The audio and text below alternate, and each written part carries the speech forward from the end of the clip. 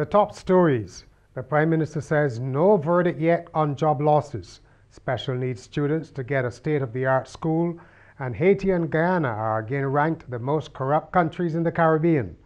Welcome to Nation News for Wednesday, December the 4th, 2013. I'm Bertram Niles.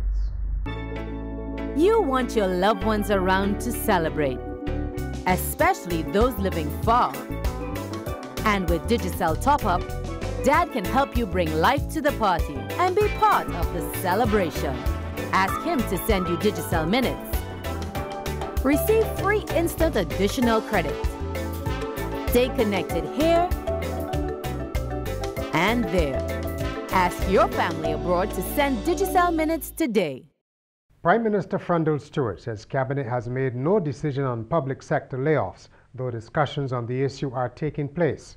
Reports in the Nation newspaper have said that redundancies could exceed 3,000 and begin in January. Mr. Stewart restated his position that the severing of employees would be a last resort.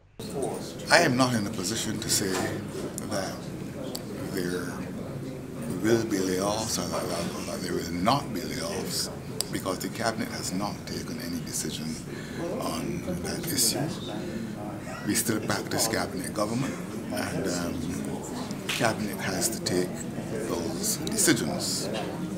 But we are looking, as we said we would do,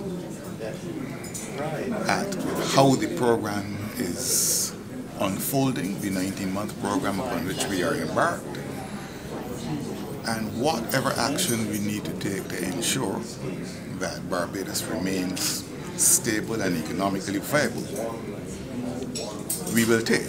Barbadians with special educational needs will have access to a state-of-the-art facility within another 2 years. The planned Derek Smith School and Vocational Center will be located at Lairs St. Michael. Mr. Smith and his wife are the benefactors of the Sandy Lane Charitable Trust project. It will cater to children over the age of 11 as well as adults. Speaking prior to a tour of the facility yesterday by education officials, Mr. Smith said the target date to start teaching children is September 2015. It is anticipated that the vocational center will be operational before then. The school will focus on life and vocational skills. Music icon Irvin Burgee was a guest of honor today at the Hilton Hotel, where his documentary Irvin Burgee: The Legacy was launched. Prime Minister Frundle Stewart was among the speakers, describing Burgee, who wrote the lyrics to the Barbados national anthem, as a man who had never forgotten his West Indian roots. The Prime Minister said Burgee had taken all that was special and distinctive of the Caribbean and made the region's culture a universal staple, where songs like Deo were sampled and revered. The 89-year-old composer, who wrote many hit songs for Harry Belafonte, attributed his successful career to his careful study of the Caribbean's culture in a speech marked by emotion. Building works at the almost completed St. John Polyclinic remain suspended. The facility was deserted today as the contractor ADC Building and Maintenance stayed off the job. Reports say the contractor is owed almost $3 million, and the debt was said to be a reason for the work stoppage 2 weeks ago. The facility, which was to have been completed in October, will be open 24 hours a day and houses $700,000 worth of medical equipment. It will also be the home to a number of government departments and will carry the name of the late Prime Minister and MP for St. John, David Thompson. Today was open day at the Caribbean Agriculture Research and Development Institute, CARDI. We hear more from Leanne Worrell in this report. The work of the Caribbean Agriculture Research and Development Institute was showcased today at its 5th annual open day.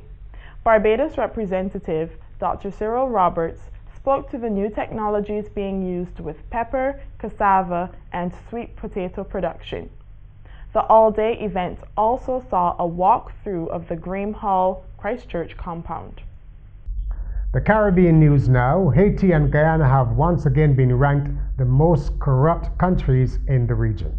Once again, Guyana has received a less than favorable ranking in the Corruption Perception Index put out by the Berlin-based Transparency International, TI, anti-corruption non-governmental organization. Transparency International has ranked Guyana at a lowly 27. Countries are ranked out of 100, and Barbados received a ranking of 75. The index measures perceived levels of public sector corruption in 177 countries. Police in Jamaica say convicted criminals like Dudas Coke have shown great skill in concealing their assets. They estimate that Coke had amassed a fortune of about 300 million Jamaican dollars, that's about 6 million Barbados, before he was arrested 3 years ago. The JCF, working in partnership with the Financial Investigations Division of the Ministry of Finance, has quite a number of important cases working on, and I think, Carl, in recent times we've been able to sequester hundreds of millions of dollars from convicted criminals through the proceeds of crimes. Police Chief Owen Ellington says Coke spread the wealth among relatives and associates. He is serving a 23-year sentence in the United States for racketeering. In international news, a bill passed in the French Parliament today will impose a fine of the equivalent of 4,000 Barbados dollars on anyone paying for sex. The government says it is seeking to break up illegal networks overwhelmingly made up of foreign prostitutes, most of whom are victims of human trafficking. Under the new bill, prostitution will remain legal and the act of soliciting will now not be punished. Pimping will remain illegal. Supporters of the bill say it punishes clients, but critics argue it puts sex workers at risk. At Courts, every day we bring affordability, convenience, innovation, and style to over 1 million customers in 11 countries. From homes to communities, we are proud to make a difference in the lives of many across the region. Courts, bringing value home. Sport. 6 records were set when the National Short Course Swimming Championships began at the Aquatic Center last night. 17-year-old Amada Gibbs of Titan Club was a standout, taking a prodigious 39 seconds off the previous mark in the 800 meters freestyle. Gibbs was shocked that she'd broken the 14-year-old record. I was not expecting to break the record, definitely not expecting it, because I just injured my foot. So I wasn't really training as much as I should be to expect to break a record, so I was really excited, happy that I broke it. I train 9 times a week, morning and evening sessions, hour and a half. The St. Michael Merchants are through to the final of the Inter-Parish Invitational T20 competition. They scored a narrow 7-run victory over St. Andrew Rhythm last night at the 3Ws Oval. St. Michael posted 124 for 8 of their 20 overs, built on an opening stand of 66 between Jabari Yard and Craig St. Hill. St. Andrew openers Aubrey Towler and Kofi Hurdle did even better in putting together 81, but they still fell short on 117 for 5. West Indies women's cricketer Deandra Dottin turned out for St. Andrew. St. Michael will meet either Christchurch Dolphins or St. Lucie, who play in the second semi-final tonight.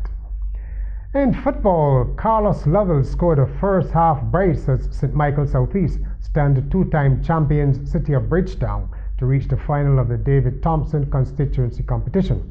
Playing at Orange Hill last night, Lovell scored in the first and 29th minutes for a 2-0 victory. In the final, St. Michael Southeast will play Christchurch East Central, who held off St. George 2-1, showing success, and Jabari Chandler gave Southeast a 2-0 lead before Anson Barrow replied. The final is on Sunday, December the 15th. And that's Nation News for December the 4th, 2013. I'm Bertram Niles.